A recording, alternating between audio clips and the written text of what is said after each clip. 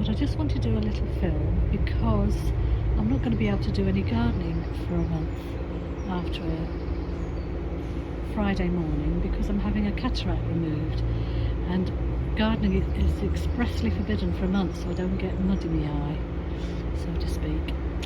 So I thought, while it's sunny, because we're due a couple of days rain before Friday arrives, and while there's not a lot of people about apart from the traffic on the road, I will take a little film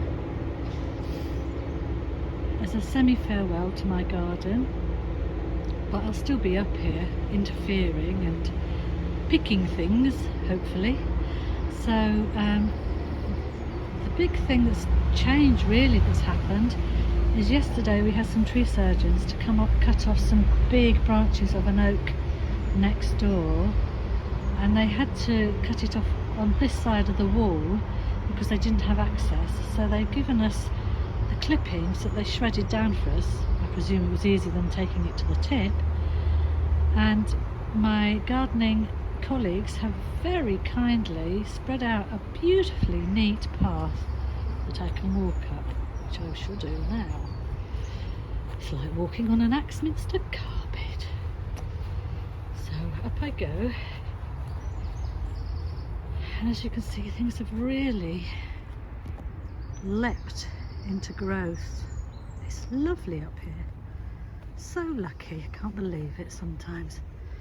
Anyway, so the potatoes that are planted, I've heaped up with a bit of spare compost as they were growing like mad, and I've managed to get me runner beans out, and although they've been a little bit attacked by slugs here, actually they're doing all right. This soil, I cannot believe it. You see there's a few oak leaves there from the poor old oak tree.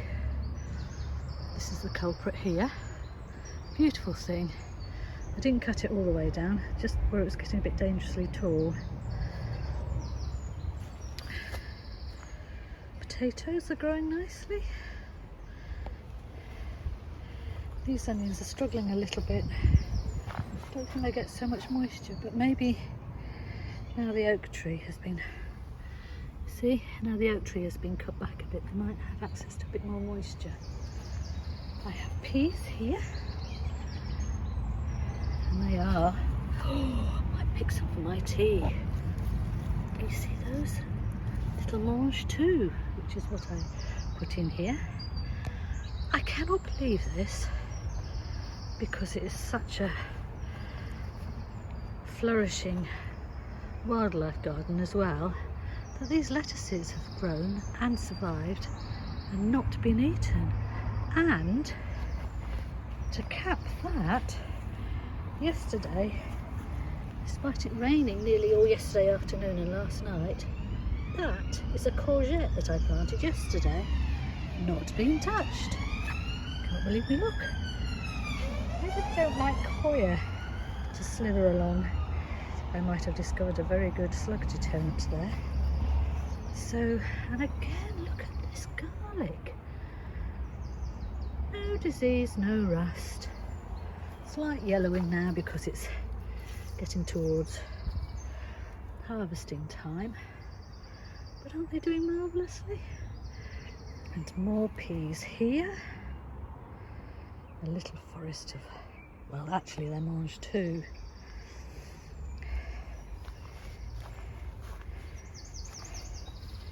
We were getting very puzzled as to what this flower here is. It's a type of iris we have discovered. There's little yellow flowers, and apparently it spreads like anything, so I have to keep on top of it even if it is quite pretty. We've got lots of these lovely little Welsh poppies everywhere, and the rhubarb you see popping over there, over the top of the irises, is starting to grow back, so whatever it was attacked by is leaving it pretty much alone at the moment, which is good. I was given this yesterday by a next door neighbour. It is aroma bush tomato, so that's a lovely gift, isn't it? Isn't it healthy looking? Neighbours around here are so friendly. These are sweet peas. I have topped them up with a bit of compost, see if I can encourage them to take. And in fact those are showing a bit more energy there. So I hope they're going to take off. If not, I can always plant something else there. So along here we have carrots and onions under that yellow, which you can't really see. And down a bit further down, I'm not going to go because it's muddy, but there are beetroot, and we have beetroot along here as well. Starting to really take now, and that one's starting to bump up, so that's good news. The Brussels sprouts are doing very well. This is another big surprise. Look at my potatoes. Must be the soil they're growing on, so I haven't done anything special with them. So we have some carrots, they look very lush on top, but as this is very stony, rubbly ground, goodness knows what shape those carrots are growing underneath the soil.